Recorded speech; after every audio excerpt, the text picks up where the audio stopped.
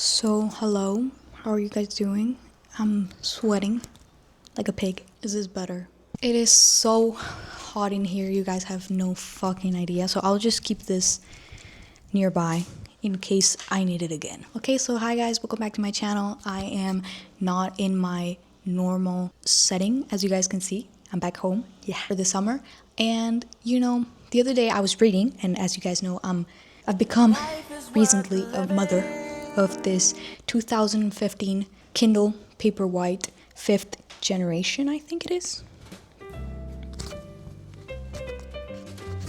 I actually don't know because, it's just my baby. I don't care what generation it is. I love her. Her name is Liliana.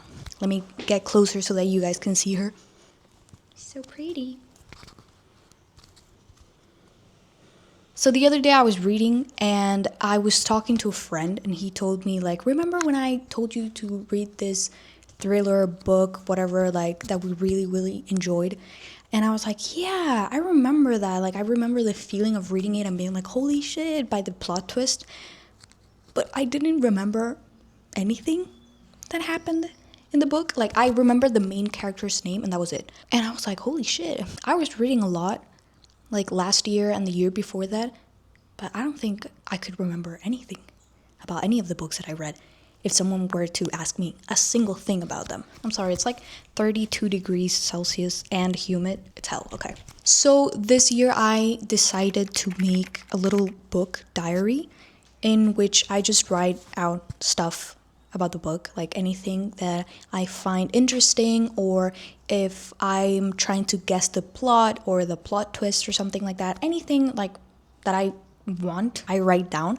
And so when I finish the book, I give it a rating and I write what I thought of it or not if I don't want to. It's not like a review site like Goodreads or something.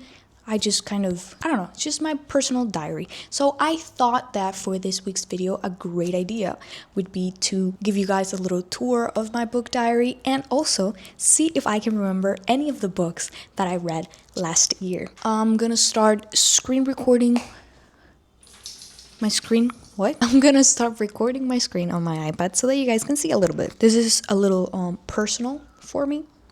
So I don't know if I'm going to show everything that I read about the books because, sometimes I'm just kind of stupid and I don't want you guys to see that I couldn't figure out the plot twist or something like that.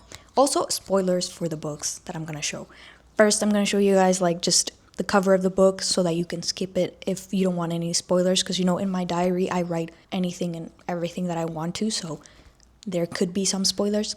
But, they're kind of old books, so you guys will be fine. Well, I use goodnotes. The first book that I read this year was The Girl with the Dragon Tattoo by Stieg Larsson. Actually, the original name for the book was Men Who Hate Women, and I think that's a way better title. Like, holy shit, I can't believe that they translated that title to The Girl with the Dragon Tattoo, but who am I? What I did in this specific case was that I put a picture of like a family tree. It's not really a family tree, it's just like the family, and I kind of wrote down next to it anything of importance for the family. For example, they were all mainly Nazis.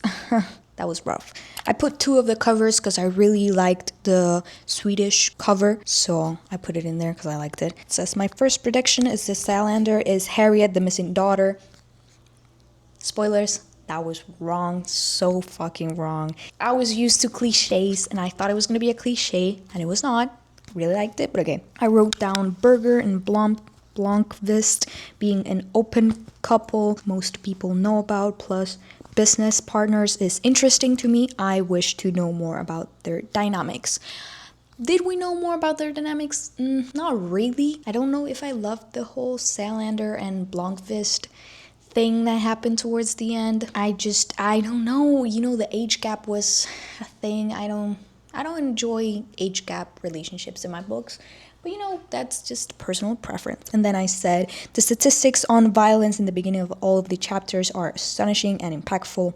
It's just something that I wanted to remember, so when I read back on this, I go, oh yeah, I remember that. Like at the beginning of every single chapter, there was something, statistic or something like very impactful before you start the chapter. And that is something that I could forget, so I wrote it down in my diary.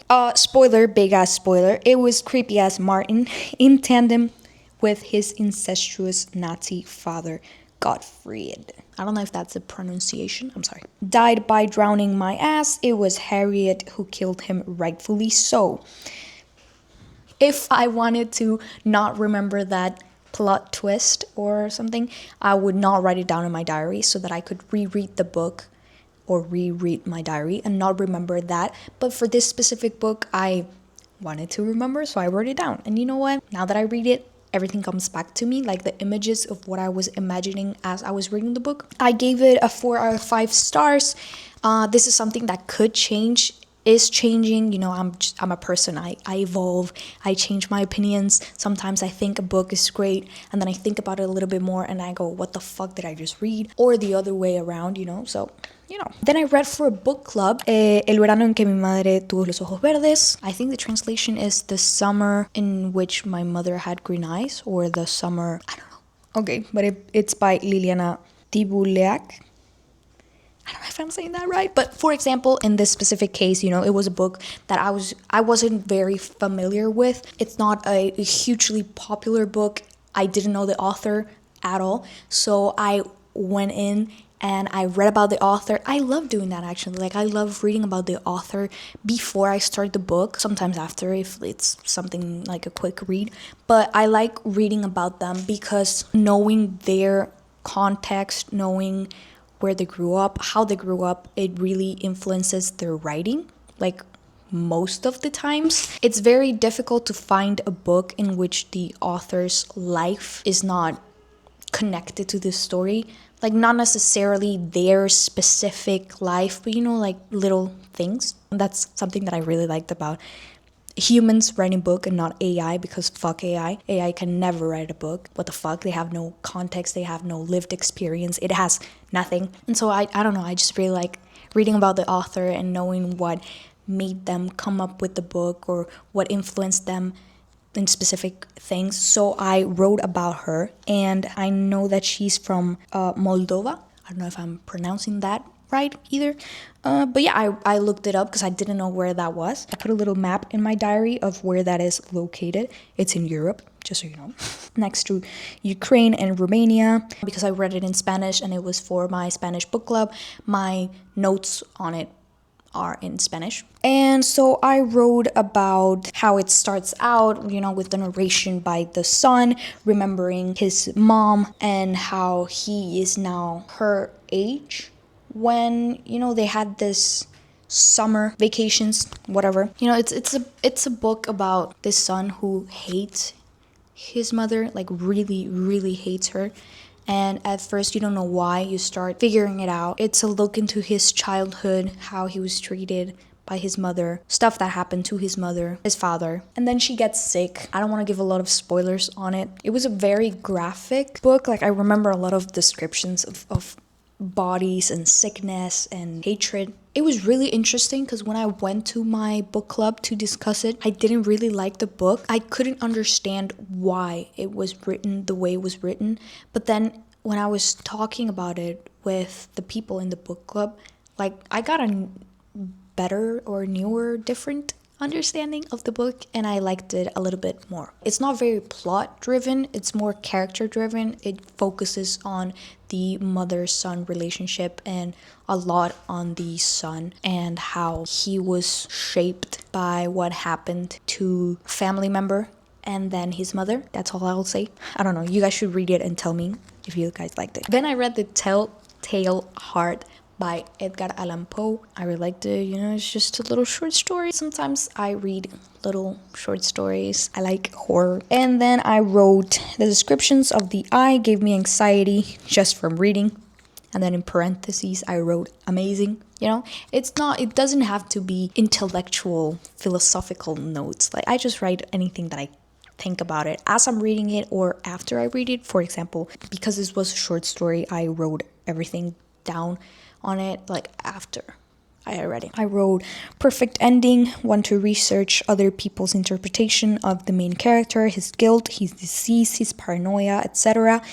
I did not end up looking up other people's interpretation. Now that I've read this and that I know that I want to research that, I remember, oh yeah, I really would like to see some like video essays or something on YouTube about that, because it was really interesting. So see, now that I've read my diary, I remember that I want to do that. Some books I don't put in my diary. It literally depends on what I'm feeling, like how I feel about the book, or if I feel like writing about it. Like, for example, let me see a book that I've read this year that I did not put in there. Yeah, I read Half His Age by Jeanette McCurdy after I read The Girl with the Dragon Tattoo and before I read The Summer My Mother Had Green Eyes. And I didn't write about it, it was a book that I didn't have a lot to say about it. I heard it as an audiobook and I think I just like rushed through it.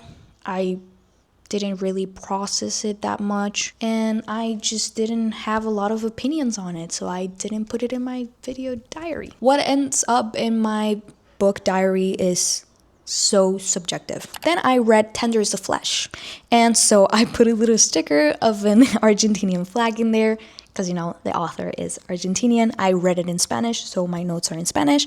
I wrote the title in Spanish and English because it is a book that became very famous. It became very like TikTok famous. I think it was BookTok famous or something. And so I remember the title Tender is the Flesh, but I read it as Cadáver Exquisito, so I put both of them in there so that I remember this is the same book. I put the English cover in there, but that's not the cover that I read. That's not the book that I read. So I put a little sticker of the face that appears in the Spanish version, but I really like the English version like way more, the cover. I do judge books by their covers. I am one of those people. I gave it 5 stars. I read it for my book club and we discussed it with my book club. A lot of people did not like it at all, but I really, really loved it. In my notes, I wrote how I loved it with a bunch of exclamation marks. I wrote down what we talked about in my book club. I did not write anything that happened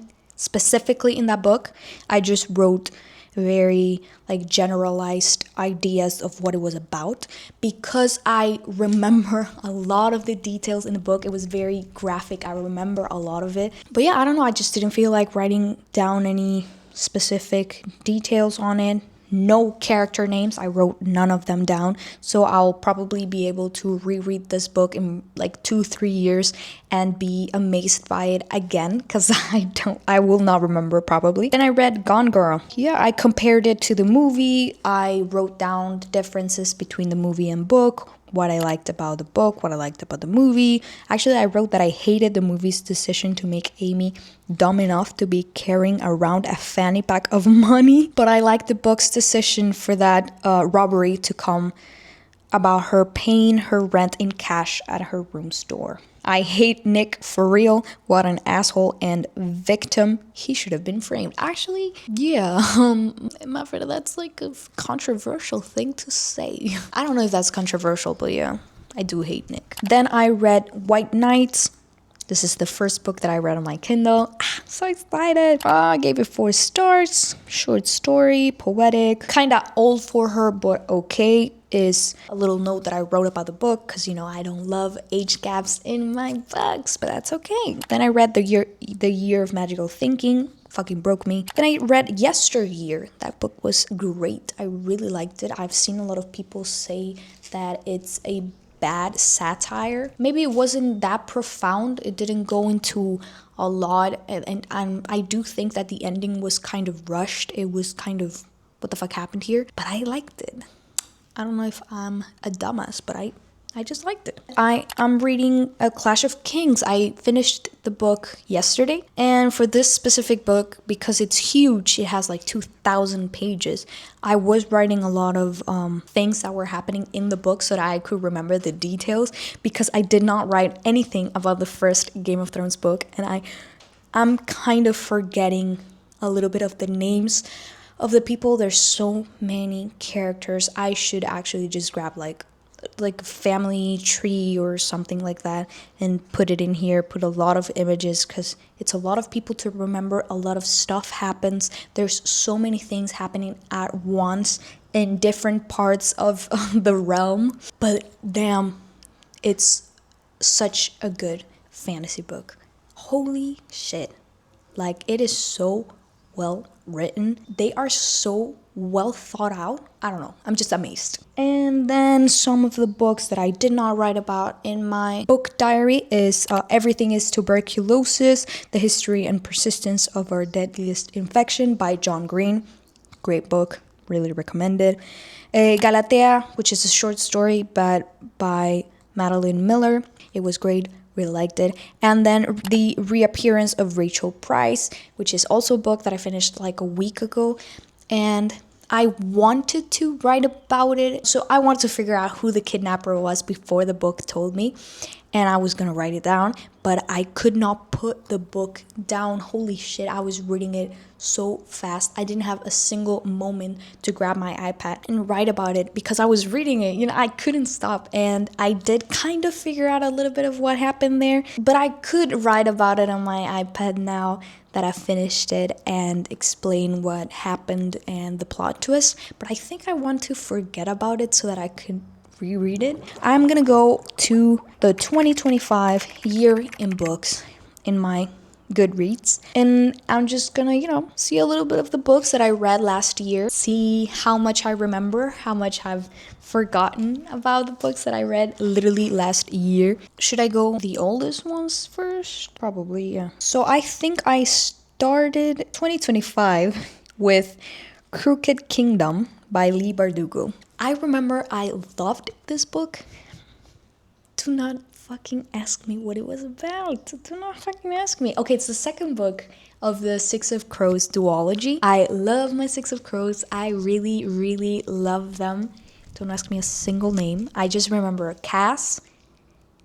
I saw the Netflix Shadow and Bone series, so I now imagine them as the actors that were cast in the Shadow and Bones series, but I could not for the life of me tell you any other names. Matthias, and that's it. Do not ask me what happens in that book. I just remember it was good.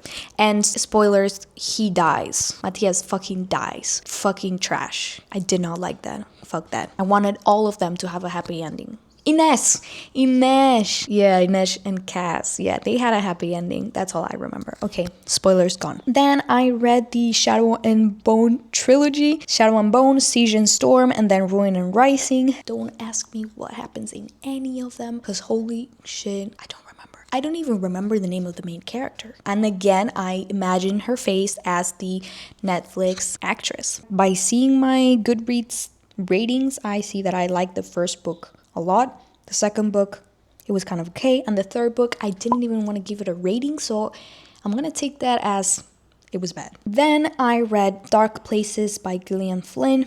I gave it a 3-star rating, and I gave it a kind of bad review or an annoyed review, because if I remember correctly, Dark Places was about this family. The sister sees the brother kill her mom. Yes, the brother killed the whole family and she hid and then ran away. I remember I was kind of confused. Spoiler alert, it wasn't the brother, it was the mom that hired someone to kill her because they were in debt or something. Or the father hired someone to kill, I don't know.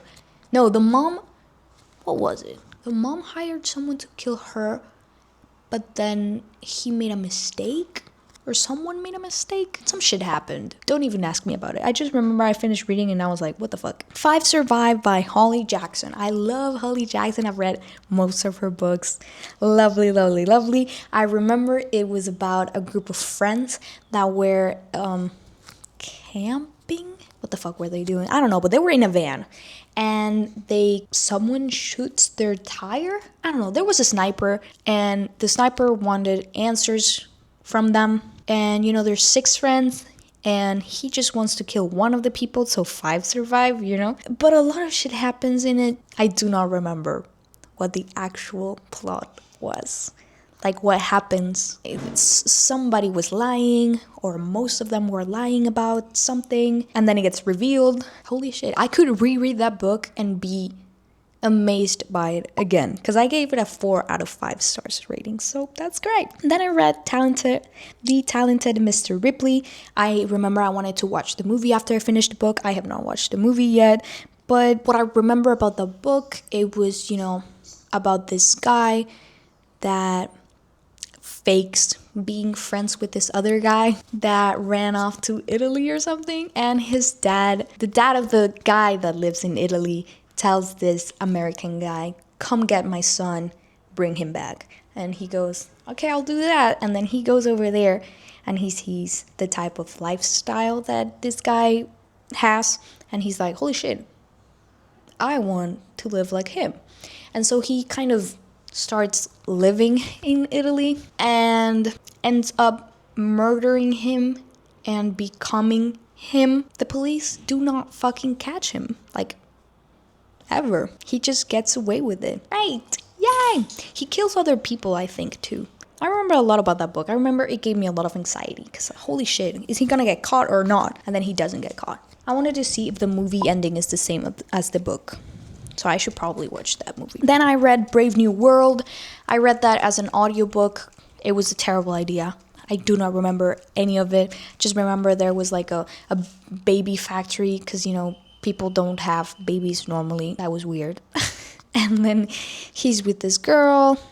Everyone is with everyone. It's not non-committal or something like that. I don't know. And then in the middle of nowhere, because, there's civilization and then there's uncivilized people. There's a baby, a person, and he comes back to society, can't really blend in because, he's fucking weird by their society's standards, and he goes kind of insane, ? And he's in a tower. Some weird shit happens in the tower. People are recording him in helicopters and shit or something. I don't know. He dies. What the fuck? And he says the name of the book. He's like, this Brave New World. He said the name of the... Yeah. Okay. Then I read a couple of non-fiction books. Diet Cults and Grain Brain. I don't know why I read that, if I'm being honest. But apparently I liked Diet Cults and I didn't really love Grain Brain. Don't ask me what it was about. Then I read Sunrise on the Reaping. Do I remember everything about the book? No. Is that better because I'm gonna see the movie in November? Yes, probably, because I don't want to remember everything. I want to be a little bit surprised by the movie. So I am glad that I don't remember a lot of it. I do remember, spoilers, that Haymitch is not reaped. Someone else is reaped and he fucking dies. I think he gets killed, and so they have to reap again because they need the fucking boy tribute. And that's how Haymitch enters the Hunger Games. It's not fair. It has never been fair. Whoever thought that the games had to be fair, you're dumb as hell. I did think that it was a little bit fan servicey at times, with the whole old characters coming back or like their younger selves appearing. It was a little bit fan servicey at times, but yeah. Then I read Ella Enchanted. Holy shit, I love that book. I know that it's a book for children, but it was so fun. Do I remember everything that happens in the book? No, but I do remember that it's different from the movie, because there were a lot of instances in which I was like, holy shit, this is way better than in the movie. Just read the book. That's all I'm gonna say. Then I read Cleopatra and Frankenstein. I finished that book because I started it in like 2024 or even 2023. I don't remember. But it was such a depressing book. That's all I remember about it. It made me feel bad every single time I was reading it. I just felt bad. It's the book is about this guy and this girl. I think she's British. He's American, or the other way around. I don't know. Someone needs a visa, so they get married. They're miserable together. Miserable. He's a fucking asshole. That's all I remember. She's also not perfect, but I'm always gonna be in the side of the girl. That's right. Then I read Notes on an Execution, gave it 4 out of 5 stars. I remember a little bit of it. I remember it was kind of like this 2 timelines. One in which this guy that's on death row, and then like the family of the people that he killed, the women that he killed, and then you go back to the timeline in which he's younger. You go in the perspective of his mother. No, first his mother, then his girlfriend, a bunch of women in his life. And I just remember that I liked the book. I liked the perspective that it took. Don't remember all of the details, but I kind of remember the ending was good. Or I feel like the ending, I liked it. Then I read Hey Hun, Sales Sisterhoods, Supremacy, and the Other Lies Behind Multi-Level Marketing by Emily Lynn Paulson. It was a book about this girl that falls into an MLM, and how do I describe this? She kind of sucks. She scammed a bunch of people, a bunch of women. That was shitty as hell. And in this book, she's kind of like a victim. Question mark. She is victim and perpetrator at the same time, like in real life. This is nonfiction, but in her book she kind of writes it as poor me. I don't know. I do remember that it was very informative. What else can I say about that? I did not finish Lolita. That's in my DNF. It's a classic. I couldn't read it. It was disgusting. I was like 50% of the way there, and I said, I'm not enjoying this. I'm not having a good time. I understand the perspective of the book. I understand what it's trying to say. I don't feel the need to read this. And so I stopped, and it was great. And then I read the short story, The Lottery by Shirley Jackson. I do remember that story, because it was a short story. Of course, I remember. I gave it 5 stars. Basically, it's about this town that stones someone. They pull out a name. So just, it's a lottery, and whoever wins the lottery, they get stoned to death. Why do they do that? They don't even fucking know. It's what they do. And I like what that says about society, our cultures, our ceremonies, what's the word? Then I read The Martian by Andy Weir. I really like this book. I do remember it. Yes. Even though I did not write down anything about this book, I vividly remember everything about it. So it's about this guy. He gets left behind in a mission in Mars. People think that he was dead. They didn't leave him because of nothing. And he tries to survive before the next mission is coming on Mars. Spoiler alert, he's not gonna make it with the food that he has, so he has to build a garden to make food. Then he has to build a lot of machinery to go to another place. Little missions that he has to survive, Shit gets broken down, things happen, whatever. He gets saved. I love that Andy Weir's books have happy endings. I love that. Life is tragic as it is. All of us are gonna die. But in his books, it's just happiness. I love that. Then I read If Beale Street Could Talk by James Baldwin. That was my first James Baldwin book. Holy shit, that was great. I gave it 5 stars. I do remember this book a lot.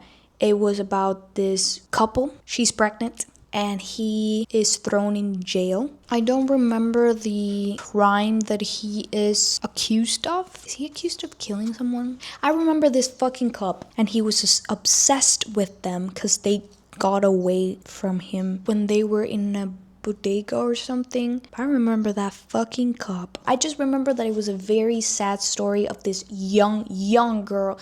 She was pregnant, and it talks about America, racism, injustice. Does that count as me remembering the whole book?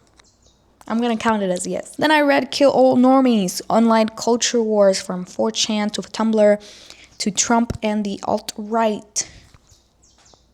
What the fuck am I doing reading shit? Yeah, didn't give it a rating. Probably didn't even finish the book. I don't know. Then I read The Housemaid by Frida McFadden because, people told me to read it. And I think the movie was coming out or something. I don't know. I remember everything. I remember the plot twist. What can I say? She does do great plot twists. Give it to her. Some people say, oh my God, I figured it out. Well, yes, of course you figured it out. If you figure it out, it's not a bad plot twist. A bad plot twist is if you don't have indicios that shit was gonna happen. What the fuck is indicious called? Like, if you don't have clues, if it comes out of nowhere, then that's a bad plot twist. But if you figure it out, it's not bad. It's just you figured it out. Okay, congratulations, fuck you. Then I read Not Quite Dead Yet by Holly Jackson. Holy shit. If you're gonna read a Holly Jackson book and you don't want to read like a series or a saga or something like that, you just want to read a simple, just one book, read this one. I remember the synopsis is basically a girl gets whacked in the head, you know?